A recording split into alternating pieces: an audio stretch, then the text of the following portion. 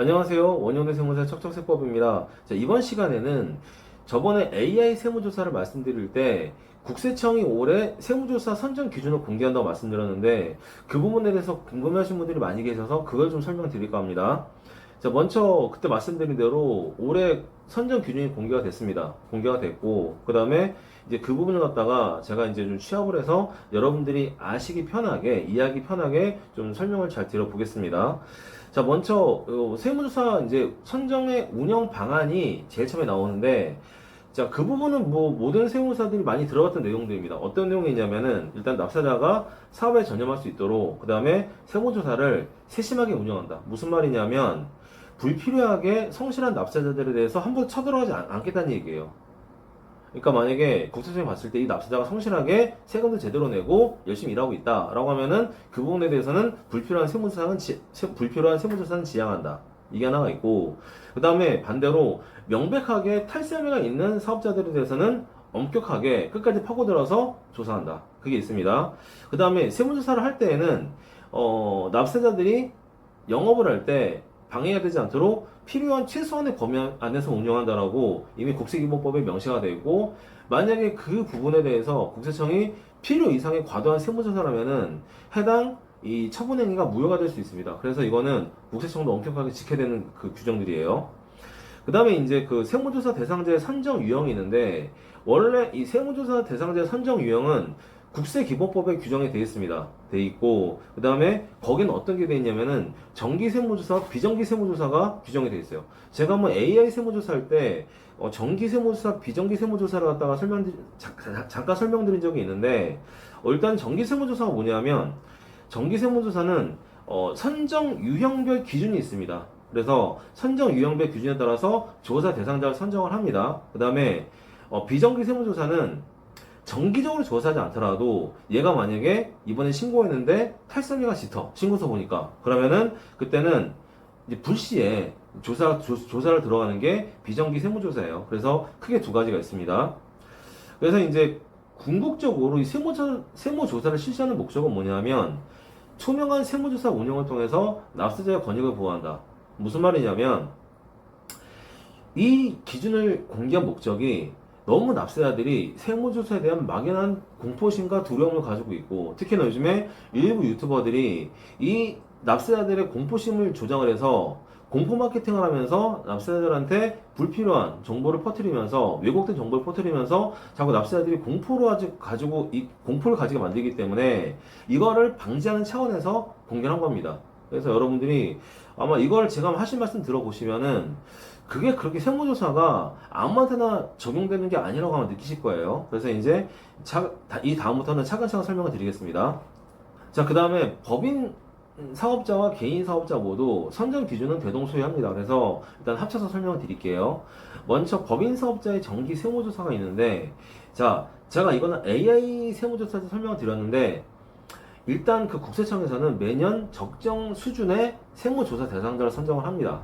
그게 현재는 14,000건 왔다 갔다 합니다. 그래서 그게 이제 먼저 이제 여러분들 아셔야 되는 내용이고, 그러면 이 14,000건이 과연 뭐 특정 지역에서 14,000건이야? 그게 아닙니다. 이 14,000건은 전국이에요, 전국. 그러니까 14,000건을 다시 지방청이나 세무서별로 안분을 해가지고 배정을 시킵니다.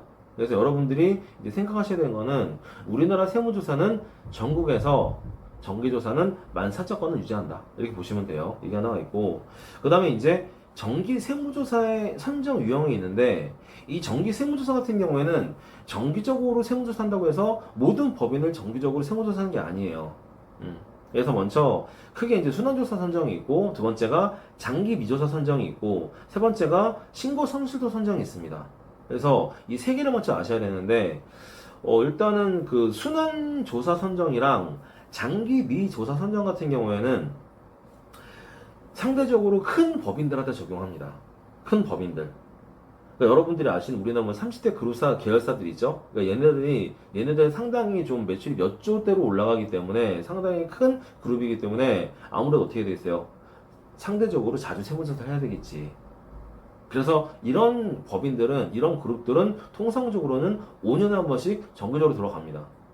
근데 꼭 5년이 아니라 뭐 6년에 한 번 들어갈 수도 있고 7년에 한 번 들어갈 수도 있는데 원칙은 5년에 한 번이다. 그 다음에 이제 매출이 우리나라 큰 대기업보다는 상대적으로 작은 기업들이 있어요. 하지만 얘네들도 상장 법인들이 많습니다. 그럼 얘네들 같은 경우에는 일단은 그 원칙은 5년으로 하되 융통성을 좀 더 주게 돼 있어요. 그래서 이게 장기 미조사 선정. 얘네 같은 경우 원래 5년 동안 해야 되는데 신고가 성실하면은 몇 년 더 이제 조사를 안 할 수도 있습니다. 하지만은 너무 오래되면은 한번 받자 해서 들어가는 게 있고, 그 다음에 이제 신고 성실도 선정이 있는데 만약에 정기적으로 조사를 하는 과정에서도 신고서가 들어왔는데 얘네가 이번에 신고한 게 성실하지 않은 것 같아. 왜냐면 동종 업계들이 신고서한테 들어오잖아요. 들어오면은 동종 업계 다른 업체들의 신고에 비해서 얘가 뭔가 부족하거나 매출을 누락하거나 가부용기가 들어간 정황이 포착된다. 그러면은 신고 불성실 신고 혐의를 둬서 조사를 들어가는 게 신고 성취도 선정입니다. 그래서 이게 이제 여러분들이 이제 아셔야 되는 세 가지. 그 다음에 이제 좀 더 자세하게 순환 조사 선정 기준을 설명을 드리면, 일단은 매 5년마다 세무조사를 받아야 되는 법인들은 원칙은 연 매출액 2천억 원 이상입니다. 그러니까 만약에 법인들이 2천억 원 이상 되는 법인들 같은 경우에는 통상적으로는 5년에 한 번씩 세무조사를 받는다고 생각하시면 돼요. 다만 아까 말씀드렸던 우리나라 이렇게 대기업 그룹도 있죠. 이 대기업 그룹들 같은 경우에는 연 매출액이 2천억이 아니라 500억 원 이상이면은 원래는 정기적인 조사 대상에 들어간다. 이게 하나가 있고, 그래서 이제 원칙은 2천억 이상이지만 만약에 경제력이 집중된 특정 거대 그룹들 같은 경우에는 수익 금액이 매출액이죠. 500억 이상인 경우에는 5년 순환 조사 대상으로 선정된다.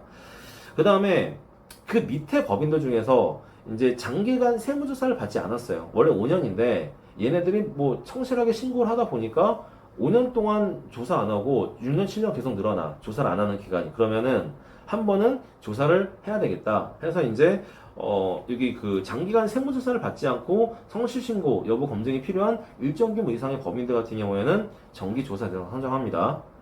그 다음에 신고 성실도 선정이 아까 말씀드렸죠. 신고서 들어갔는데 불성실하다.